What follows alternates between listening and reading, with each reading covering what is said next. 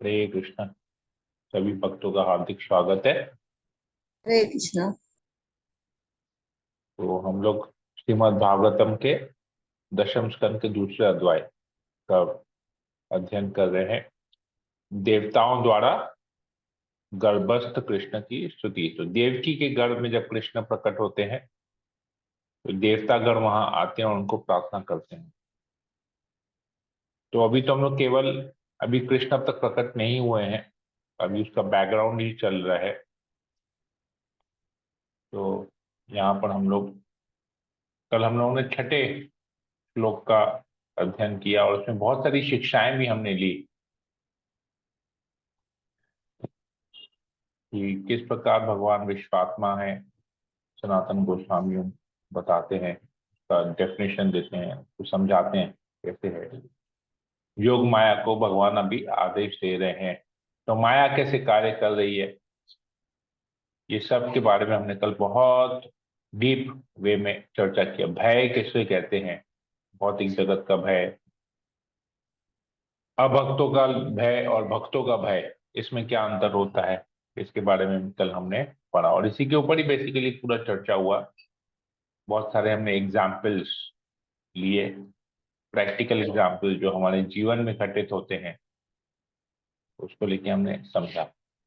तो आज हम लोग इसी अध्याय में और आगे जाएंगे, 7वें नंबर श्लोक पे जाएंगे। तो पहले हम लोग फिर मंगलाचरण कर लेते हैं, फिर हम लोग आगे रीडिंग करते हैं।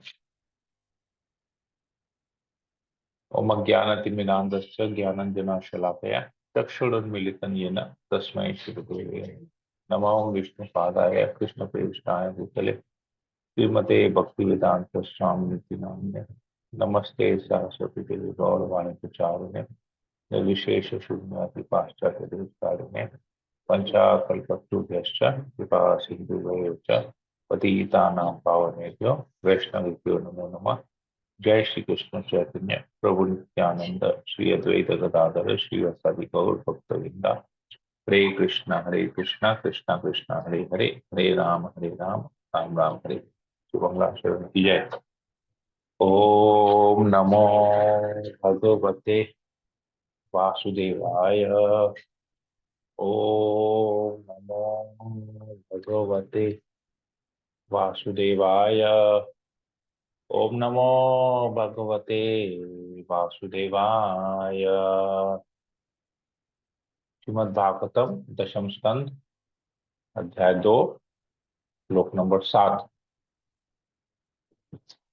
भगवान ने योग माया को आदेश दिया, हे समस्त जगत द्वारा पूज्य तथा समस्त जीवों को सौभाग्य प्रदान करने वाली शक्ति, तुम व्रज में जाओ जहां अनेक ग्वाले तथा उनकी पत्नियां रहती हैं।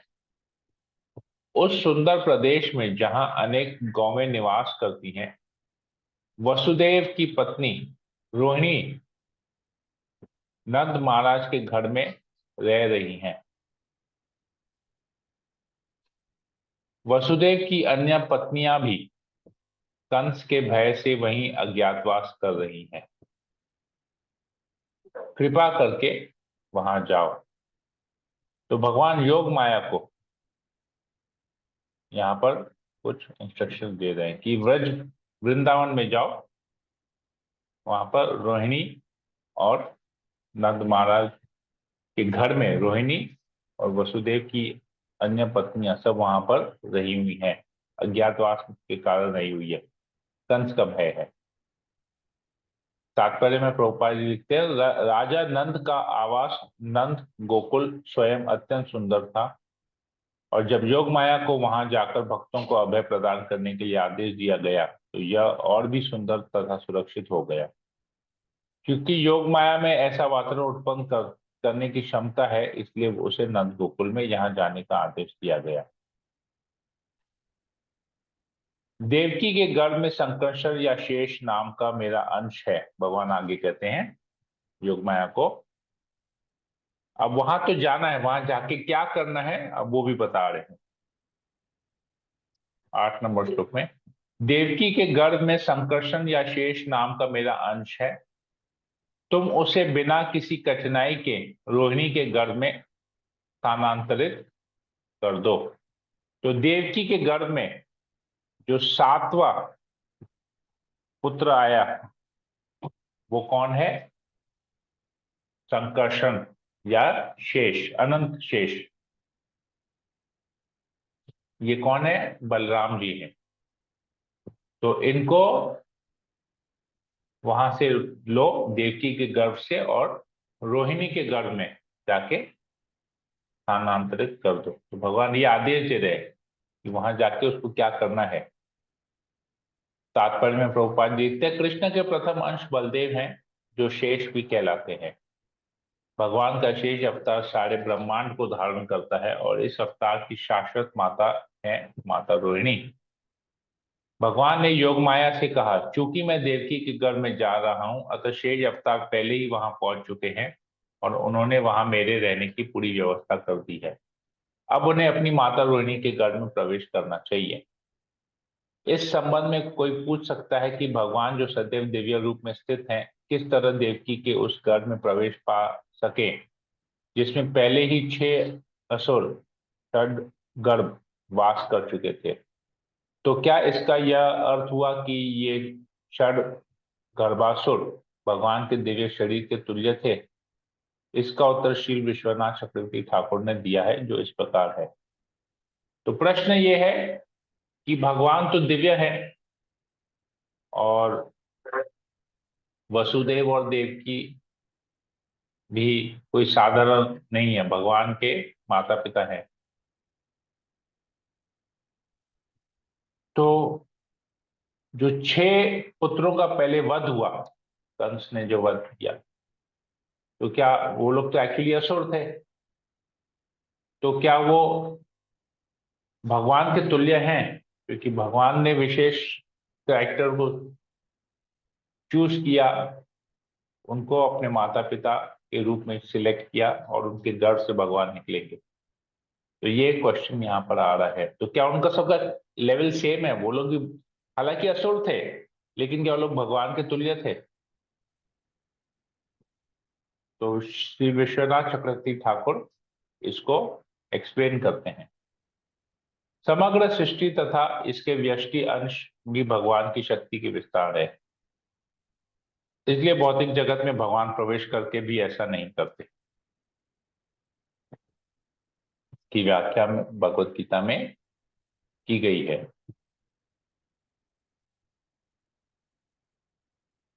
भगवान कहते हैं कि मैं, यह समग्र ब्रह्मांड मेरे अप्रकट रूप में मुझसे व्याप्त है। अप्रकट रूप में सारे जीव मुझ में हैं, किंतु मैं उनमें नहीं हूं। फिर भी हर सृजित वस्तु मुझ में टिकी नहीं है। मेरे योग ऐश्वर्य को तो देखो, यद्यपि मैं सारे जीवों का पालक हूं और सर्वत्र रहता हूं, किंतु मेरी आत्मा सृष्टि का उत्तम है। तो भगवान इस भौतिक जगत में है और नहीं भी है। भगवान सब में है और सब कुछ भगवान के अंदर है। तो ये समझना पड़ेगा कैसे। तो भगवान अव्यक्त रूप में, सारे अप्रकट रूप में, सॉरी, अप्रकट रूप में भगवान पूरे ब्रह्मांड में है। कैसे? हर अणु परमाणु में परमात्मा के रूप में है। सारे जीवों के अंदर भगवान है, लेकिन ये सब कुछ भगवान के अंदर में आते हैं। तो भगवान से ही निकली है ये सब चीजें। तो ये भगवान यहाँ पर बता रहे हैं, उद्गम है भगवान, और भगवान सब चीज में, भगवान सर्वव्याप्त है, अप्रकट रूप में सब में है। तो हर वस्तु ब्रह्म अर्थात भगवान का अंश है, फिर भी हर वस्तु ईश्वर नहीं है, और ईश्वर सर्वत्र है भी नहीं। हर वस्तु उन पर टिकी है और नहीं भी टिकी है। इसे केवल अचिंत्य भेदाभेद दर्शन द्वारा समझाया जा सकता है। फिर भी ऐसे सत्य को शुद्ध भक्त के अतिरिक्त अन्य कोई नहीं समझ सकता, क्योंकि भगवत गीता में भगवान कहते हैं, भक्त्या माम अभिजानाति यावन यशास्मि तत्वतः, यावन यश्चास्मि तत्वतः। भगवान को उनके असली रूप में केवल भक्ति द्वारा समझा जा सकता है। यद्यपि सामान्य व्यक्ति भगवान को नहीं समझ सकते, किंतु इस सिद्धांत को शास्त्रों के कथन से समझा जा सकता है।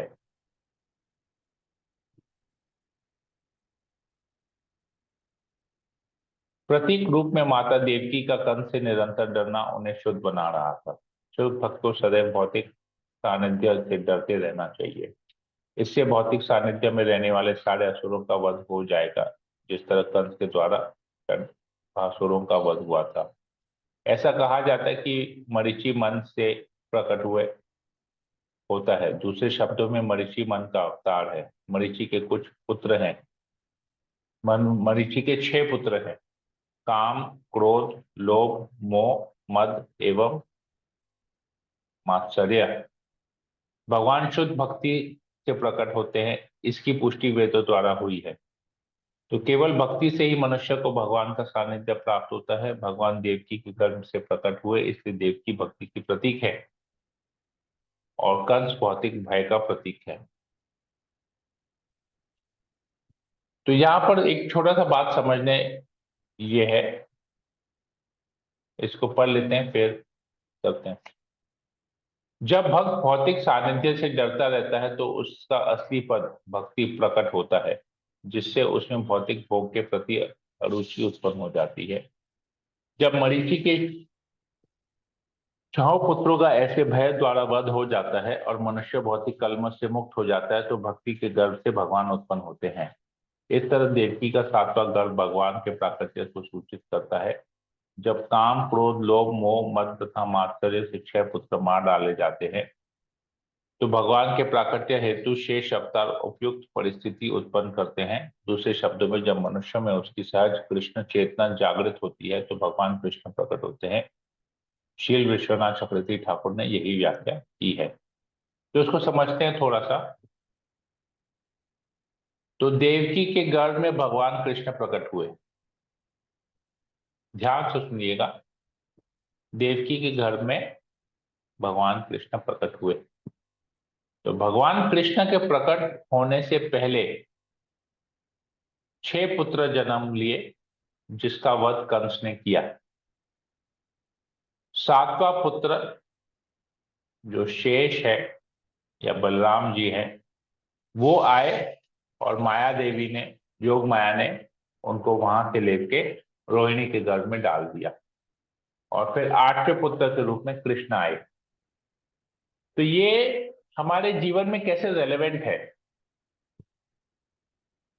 ये तो भगवान की एक लीला है कि देवकी के गर्भ में देवकी का 8वां पुत्र कंस का वध करेगा। तो देवकी के गर्भ में 6 पुत्र जो जन्म लिए, कंस ने उनका वध किया। 7वां को योग माया ने ट्रांसफर कर दिया देवकी के गर्भ से रोहिणी के गर्भ में। और फिर 8वें पुत्र के रूप में कृष्ण देवकी के गर्भ में प्रकट हुए। ये क्लियर है अब तक? यहां तक क्लियर है सबको? 8 पुत्र का, देवकी का, कंस का और 8वें पुत्र के बारे में ये क्लियर है? अब तक समझ में आया? यस जी। अब ये हमारे जीवन में कैसे रेलेवेंट है? प्रैक्टिकल एप्लीकेशन, इसका मतलब क्या है? ये भगवान ये पर्टिकुलर लीला कर रहे हैं, क्यों भगवान 8वें पुत्र के रूप में आ रहे हैं, क्यों 7वें पुत्र के रूप में शेष आ रहे हैं या बलराम जी आ रहे हैं, इसको अभी हम लोग थोड़ा सा समझते हैं। कौन क्या क्या रिप्रेजेंट करता है इन लीलाओं के माध्यम से। तो कंस जो है वो भय का प्रतीक है।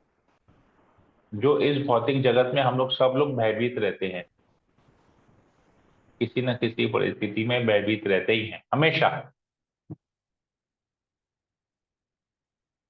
और देव की भक्ति को रिप्रेजेंट करती है।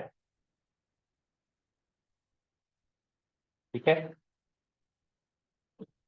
तो हम क्यों भयभीत रहते हैं, उसके 6 कारण हैं। सबसे पहला काम, मतलब अवांछित इच्छाएं। तो अवांछित इच्छाओं को पूरा करने के लिए हम बहुत सारे कार्य करते हैं और उस कार्यों में हमको भय भी प्रतीत होता है, क्योंकि वो गलत कार्य होते हैं। तो गलत कार्यों से अवांछित इच्छाएं एक्चुअली गलत कार्य है, पाप कर्म है। तो उससे पाप कर्मों से हमको भय लगता है। फिर क्रोध है, हम जब क्रोध करते हैं तो क्रोध में कुछ गलत कर बैठते हैं, तो उससे भी हमको भय लगता है। लोभ है, ग्रीडीनेस, तो लोभ से भी हम कुछ गलत कार्य करते हैं। तो ये सब जितनी भी चीजें हैं, मोह, मोह मतलब किसी चीज के प्रति बहुत ज्यादा आकर्षण होना, आसक्ति होना। तो उस चीज को या उस व्यक्ति को जिसके प्रति हम बहुत ज्यादा आसक्त हैं, उसको बचाने के लिए या उसकी सुरक्षा करने के लिए या उसका संरक्षण करने के लिए हम कभी कभी हम गलत कार्य करते हैं। मद और मात्सर्य, मद और मात्सर्य का मतलब पता है किसी को?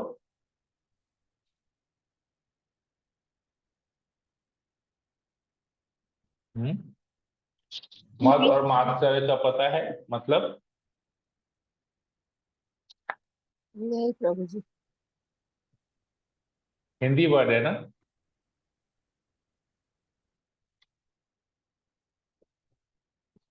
ओके।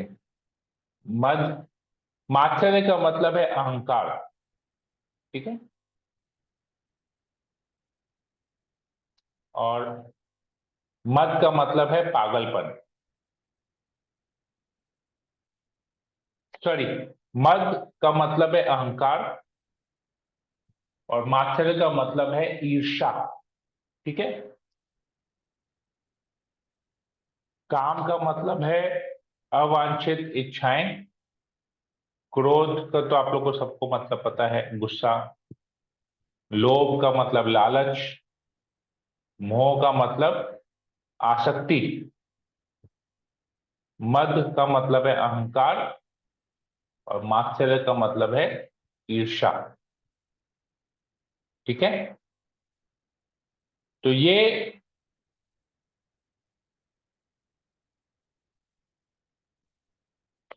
जो मद है, अहंकार है, उस अहंकार, वो अहंकार हमको शरणागत होने से रोकता है। अहंकार में हम अपने आप को स्वामी समझते हैं, मालिक समझते हैं, कंट्रोलर समझते हैं, दास नहीं, सेवक नहीं समझते। और ईर्ष्या, ईर्ष्या के कारण हम दूसरे लोगों का नुकसान करते हैं। तो ये सब चीजें, ये जो 6 चीजें हैं, काम, क्रोध, लोभ, मोह, मद तथा मात्सर्य, ये हमको भय दिलाता है, हमको गलत कार्य करने पे मजबूर करता है और गलत कार्य करने के बाद हम कभी कभी भयभीत भी होते हैं। तो भय क्या करता है, कंस क्या करता है, इन 6 पुत्रों का वध करता है। तो भय क्या करता है, इन 6 चीजों का वध करता है।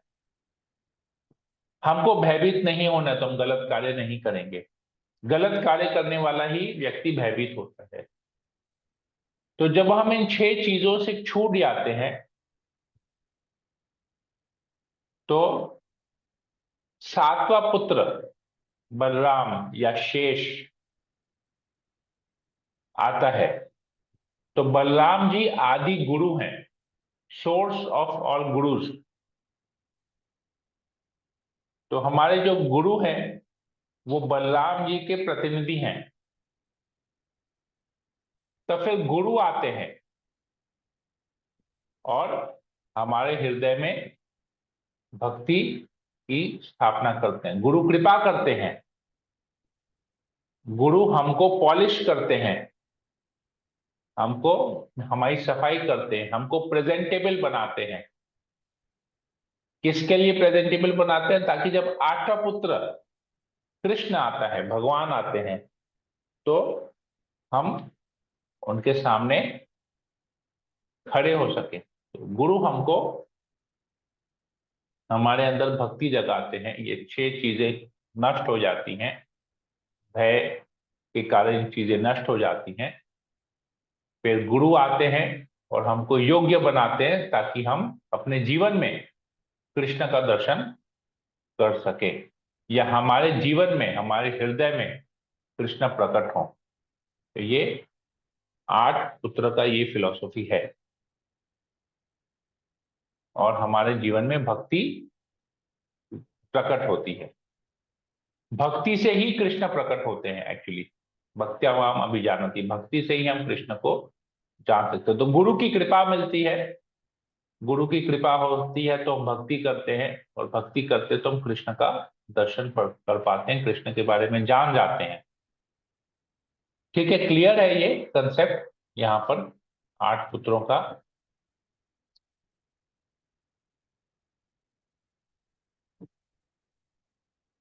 जी प्रभु जी। जी प्रभु जी। ओके, 12 जी जनों में प्रभु जी। केवल दो ने हाँ कहा, बाकी 10 को मतलब क्लियर नहीं है क्या? नहीं प्रभु जी, क्लियर है जी प्रभु। प्रभु जी, ओके, क्लियर है प्रभु जी। ठीक है, तो आगे अगला श्लोक कर लेते हैं। समझ में आ 9 गया है प्रभु जी। हरे 9 नंबर हरे श्लोक कृष्णा करते प्रभु। हैं। हाँ बोलिए। हरे कृष्णा। हाँ बोलिए। ये मेरे को समझ में नहीं आ रहा है। हर वस्तु ब्रह्म अर्थात भगवान का अंश है, फिर भी हर वस्तु ईश्वर नहीं है, और ईश्वर सर्वत्र है भी है भी नहीं भी। ये बता, समझाइए थोड़ा। ओके, हर चीज ईश्वर से आता है, पता है ना? हाँ। ये क्लियर है कि हर चीज ईश्वर से आता है ना, इसमें डाउट है? नहीं प्रभु जी, सही है एकदम। क्लियर है ना कि हर चीज ईश्वर से आता है? जी प्रभु। तो ईश्वर से आने का मतलब है जो भगवान क्या है? सच्चित आनंद है। यस प्रभु।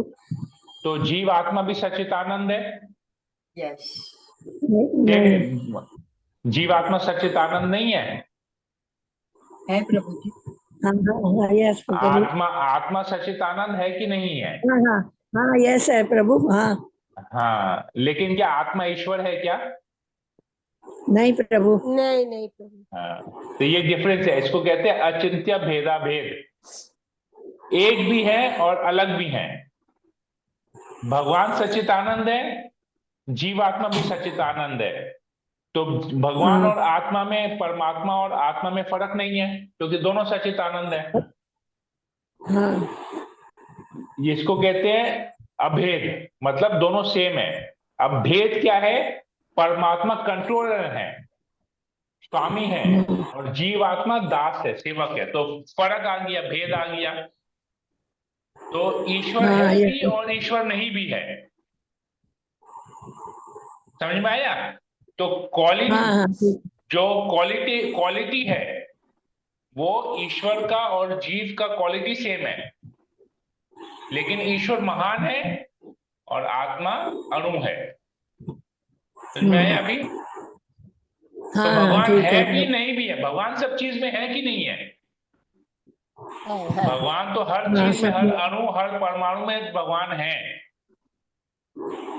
लेकिन क्या हम अणु और परमाणु में भगवान का दर्शन कर पा रहे हैं? हम घास के तिनके में भगवान का दर्शन कर पा रहे हैं? नहीं नहीं कर पा रहे, लेकिन उसमें है ना। जी हम प्रभु। पेड़ को देखते हैं तो उसमें भगवान का दर्शन कर पाते हैं, नहीं प्रभु। लेकिन भगवान है उसके अंदर परमात्मा के रूप में। हाँ जी। तो भगवान है भी और नहीं भी है। ठीक है, अब क्लियर हो गया? सब हाँ चीज में यस प्रभु। है और सब चीज में नहीं भी है। ठीक है, इसको कहते हैं अचिंत्य भेदा भेद। मतलब हम इसके बारे में समझ नहीं पाएंगे, अचिंत्य है, हमारी चिंतन से अनेक परे है। भेद भी है, अभेद भी है, साइमल्टेनियसली एक भी है, अलग भी है, वन एंड डिफरेंस। ठीक है, ठीक है। तो फिर समय हो गया है, ये 8:28 हो गया है, तो हम लोग यहीं पर ही रखते हैं, फिर हम लोग आगे इसमें कल कंटिन्यू करेंगे। तो अभी भगवान ने क्या कहा कि माया देवी को, योग माया को इंस्ट्रक्शन देते हैं कि तुम जाओ और देवकी के गर्भ में जो सातव जो पुत्र है उसको लेके रोहिणी के गर्भ में उसको स्थानांतरित कर दो।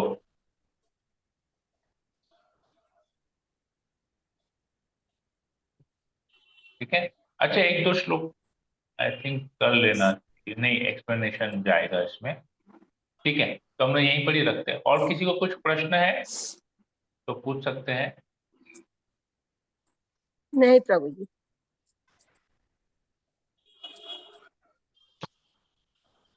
किसी को कुछ पूछना है? नो प्रभु। हरे कृष्णा प्रभु जी। हरे कृष्ण माता, बोलिए। प्रभु जी, जिनका अवतार हुआ था, कि जो जिन्होंने जन्म लिया था शकर्षण 7वें, उसमें 7वें नंबर पे, तो वो तो उनके शेषनाग ही थे ना, शेषनाग। हाँ हाँ, अनंत शेष। अनंत शेष। हम्म। हम्म। तो वो गुरु के प्रतिनिधि है, बलराम जी हैं, बलराम है। तो भगवान के प्रथम चतुर्व्यूह हैं और वो आदि गुरु हैं। गुरु के सोर्स वही है, बलराम जी। तो प्रभु जी, जैसे जब राम जी का जन्म हुआ था, तो तब भी उनके साथ ही इनका भी जन्म हुआ था ना? कृष्ण का? नहीं नहीं, बलराम जी का। हाँ, ये बलराम जी का ही तो जन्म है ना, ये सातवा पुत्र तो बलराम है ना। रोहिणी के गर्भ में जो देवकी के गर्भ में प्रकट हुए, योग माया ने उनको वहां से लेके रोहिणी के गर्भ में डाल दिया, तो बलराम जी हैं। तभी कहते हैं कि सातवा पुत्र का मिस कैरेज हो गया। सातवें पुत्र के समय में देवकी का मिस कैरेज हुआ, ये कहा जाता है। तो क्योंकि वहां से लेके उन्होंने रोहिणी के गर्भ में स्थापित कर दिया, तो यहाँ पर मिस कैरेज हो गया। नहीं साधारण नहीं भाषा प्रभु में जी, देखें तो मिस कैरेज हुआ। वो चीज तो समझ में आ गई। मैं वो उसमें पूछ रही हम्म। हूँ कि जैसे रामचंद्र जी के टाइम में उनकी ये बलराम जी का भी वो कोई अवतार था ना, लक्ष्मण जी थे क्या? लक्ष्मण थे, राइट, लक्ष्मण थे। हाँ जी। बस वही पूछ रही थी मैं। ठीक है। हम्म। और किसी को कुछ पूछना है या कुछ कमेंट करना है? नहीं प्रभु जी। राजू प्रो।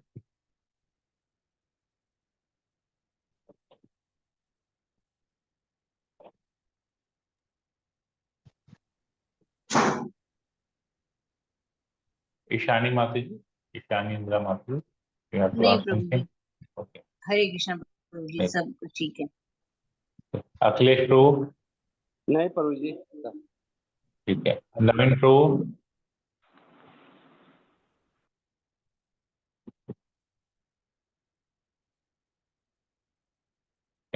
ठीक है। जब किसी को प्रश्न है, ठीक है, फिर हम लोग सेशन को यहीं एंड करते हैं। हम लोग इसको आगे कंटिन्यू करेंगे कल। ठीक है।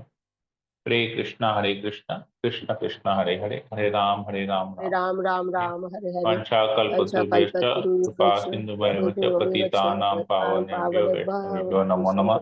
नमः। समेत भक्त वृंद की जय, की जगत जय, गुरु शिल प्रभुपाद की प्रभुपाद जय, की ग्रंथ जय, राज श्रीमद् भगवतम की जय। भगवान की जय। हरे कृष्णा। हरे कृष्ण प्रभु जी, दंडवत प्रणाम। हरे कृष्णा प्रभु जी, दंडवत प्रणाम।